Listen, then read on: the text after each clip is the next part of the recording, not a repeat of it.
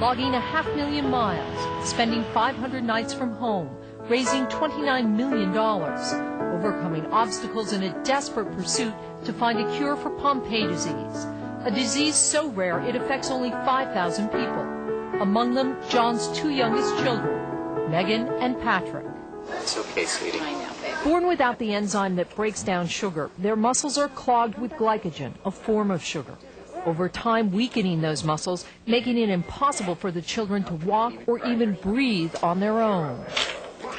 To save his children, John Crowley quit his job at Bristol-Myers Squibb to become CEO of a company with the most promising drug. When we met John and his wife Eileen 2 years ago, his company was on the verge of getting FDA approval for a drug that appeared to be a cure. We're to the point now, we understand the disease very well, and we know we'll beat nature, and now we just have to beat time. His first obstacle, the calendar. Most children with Pompe don't live past 5. Megan was 4, Patrick 3. The government okayed clinical trials, but Megan and Patrick didn't qualify for the first trial or the second. Finally, in the spring of 2002, they were asked to join the third. Suddenly, John became the obstacle. The first hospital turned them down because John was an executive of the company making the drug. Did you think, I'll leave the company? Before the executive at the hospital or before anyone anywhere said that, I finished their sentence. I said, I'll make it easy for you. I quit. The hospital didn't budge. For Eileen, who was home with the kids, it was impossible to understand. Okay. You know it's right there, and you can't reach it. Incredibly frustrating, especially watching how weaker they get every day. He would come home with reports that the kids on the enzyme were getting better, and you're watching Megan and Patrick get worse. Yeah. So frustrating. And you're like, what do you do? I mean, what else? He's gotten it this far. Thumbs up. Finally, after 8 frustrating months, St. Peter's Hospital near their home in Princeton, New Jersey, said yes. This past January, the moment John Crowley worked so hard for, at long last, was here.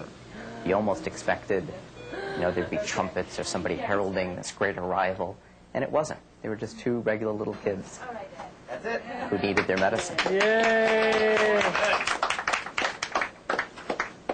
Eileen turned on Patrick's IV. There we go. Did you think, here comes my miracle? Yes. I mean, I know that this is the best chance they're ever going to have. Now, after 7 months of treatments, Megan can brush her teeth on her own, lead an exercise in kindergarten gym class, write her name, and hold her friend Sophie's hand as they pass out cupcakes. She's a long way from walking or breathing on her own, but looking through a camera, John Crowley at last saw his miracle. And I said to Eileen, I said, she can smile. She's moving her lips, her mouth, her eyes. And that's when I knew some of the muscles were starting to work, and just to see her smile come back. How long had it been since you'd seen your daughter smile? 3 years. The milestones are small but precious, especially with Patrick, the more severely affected of the 2. Just that he can actually hold toys in his hands now and play. It's wonderful. And that's what I look for. I'm trying not to look at the big picture. Are you disappointed that it hasn't been a cure for Megan and Patrick? I don't know that we ever expected a magic pill that would get them better. The Pompe enzyme today we think is a good drug. It's not perfect. It's not a cure, but it's a good treatment. A good treatment for his children with the potential to be great for others. 1, 2, 3. Doctors believe if infants get the drug before they become ventilator dependent, they may be able to completely avoid the complications Megan and Patrick seem destined to live with, despite their father's efforts. What have they taught you? I think the thing we learned is that everybody's special. And we spent so much time obsessing, really, with finding a treatment, a cure that would help them live better and longer. But ultimately, at some point, we stepped back and said, you know what?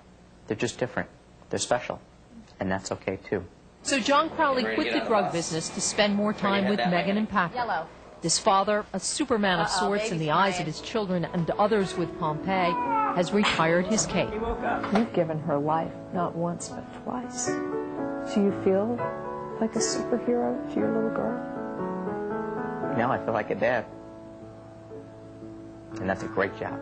It's a great job. John Crowley's best job of all. For today, Ann Thompson, NBC News, Princeton, New Jersey. Quite a family. And up next, 5-time Oscar nominee Glenn Close.